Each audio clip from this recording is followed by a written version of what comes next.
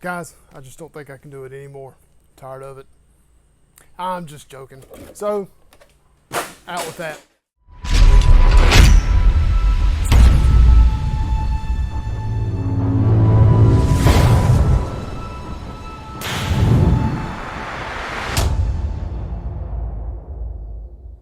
Hey everybody, it's Cody, Dixon RC here. So, we're going to do week 20. And sadly, the final week of the TRX4 Sport budget build. As I'll explain in a little bit, we've kind of run its course. I don't really have much else I can do, so this is pretty much gonna be it. So last week we put the Northwest Scalar Design chassis rails on and did a couple other little things too, little free mods to make that work a little bit better. This week I got a couple extra things that kind of don't fit into the budget build, but I'll show you whenever you come around, and I'll explain why the budget build's ending here in just a second. I added, of course, aluminum chassis braces because you got to have those. You got to be able to stiffen up this chassis. I built myself a battery tray. I built myself a servo winch tray. Did a couple of little things like that. Now, here's why the budget build's going to end. This chassis and this setup is pretty much run its course as far as how I've built it for you guys to see. I have had a couple of different class 2 comp crawlers, of course Old Blue, and then of course the one I did that had the brazen chassis that I did one video on and I never did anything else. I've sold that since then. I've also sold the Old Blue as well. I miss it. I missed how it drove, and that blue truck I had was phenomenal, man. It was a beast of a truck. So I miss it. I want to do something else, so I decided this would be my answer to that. So from here on out, this truck it's not going to disappear from the channel. Don't worry about that. It's not going anywhere. I'm still going to do videos of things I do to it, stuff like that, but it's no longer going to be in the budget mind sense, so to speak. So I'm going to come around, of course, like always, from the top, show you all the different things I've done, and then I'll show you what this week's budget build part consists of, and to be the final part that we use for this series. Then after that, we'll talk about a couple of other things, and then that should be it. So sadly, this is it. I hate it, but I mean, you know, I've got all I can do as far as this thing goes. So we'll do something different. I'll figure out some other way to do some other type of budget-minded build coming up sometime soon. So just hang tight. I'll be back in just a minute. All right, so here's what I've done different from when you've seen it the last time. I added the chassis braces. I did front to rear, mainly because I took away the battery tray. We are no longer using the Bauhaus tray. I removed it out of the equation. I didn't like where it set, and plus my truck wouldn't go low enough. See, that's all the way down, and it will ride like that, like it sits right now. Nothing hits it, nothing's in the way. You ain't got to worry about any of that. So when that tray was in there, it was rubbing heavily on the bottom of this thing. You can see the marks. See the markings right there on the end. You can kind of see it right there. That's where the links were rubbing this thing. So decided to go a different route. Decided to make my own little, using the top 2 holes that are up here in the front for this. This is where the battery tray bolts down on top of this transmission. I decided to do a little making with some G10. It's ugly, it's not straight, but this is a prototype piece. I may make a couple of these for you guys, different widths for different size batteries. Right now, the only battery we're going to run is a 3S, little 1500 mile battery, like these, and the little Helios batteries as well, because that's really about all you need in this thing anyway. Another thing that I run into, I had to shave the chassis rails down. You'll see why in just a minute. The body that I'm using this thing protruded out some. It didn't work anymore.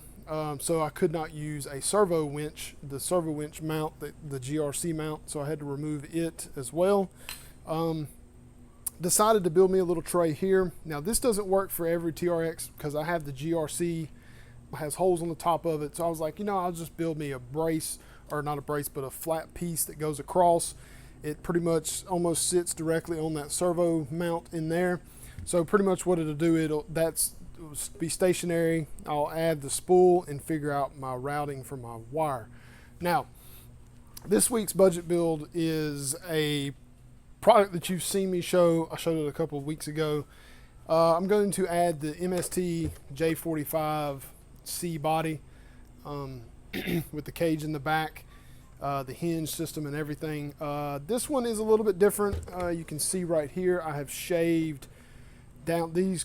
This came in and curved down pretty heavily. I have made it pretty straight now.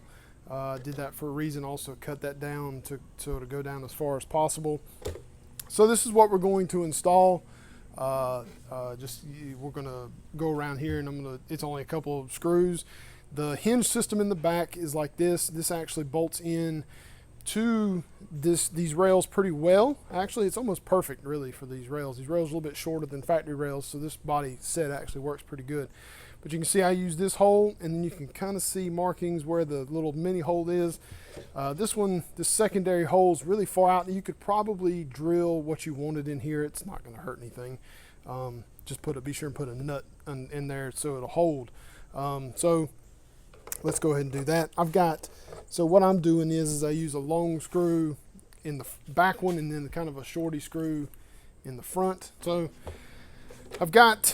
in this week's installment, I used this body. It's $99, and then I also used K&K body mounts, the aluminum anodized, black anodized mounts. They come with these. You screw them in. They also come with little set screws as well for your post. I had these posts laying around, so nothing to it. So let's add, this is the front bumper that comes with the MST. It's very nice. It's got a little spot for little D-hooks and also a spot for some winch line to come out. So they thought about that. It's pretty good. I didn't really think they would think of that, but they actually did think of that. So once you cut this, and you have to cut this down so it doesn't touch the steering servo mount.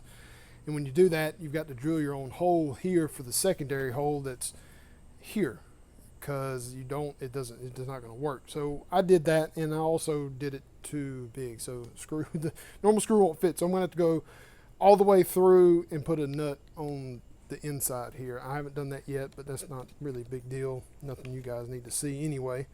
So I tried to put this together and then make my spacers the exact size I needed. As far as keeping it kind of straight. That was kind of my plan there. Didn't really work out too well as far as I'm concerned, but I gotta find.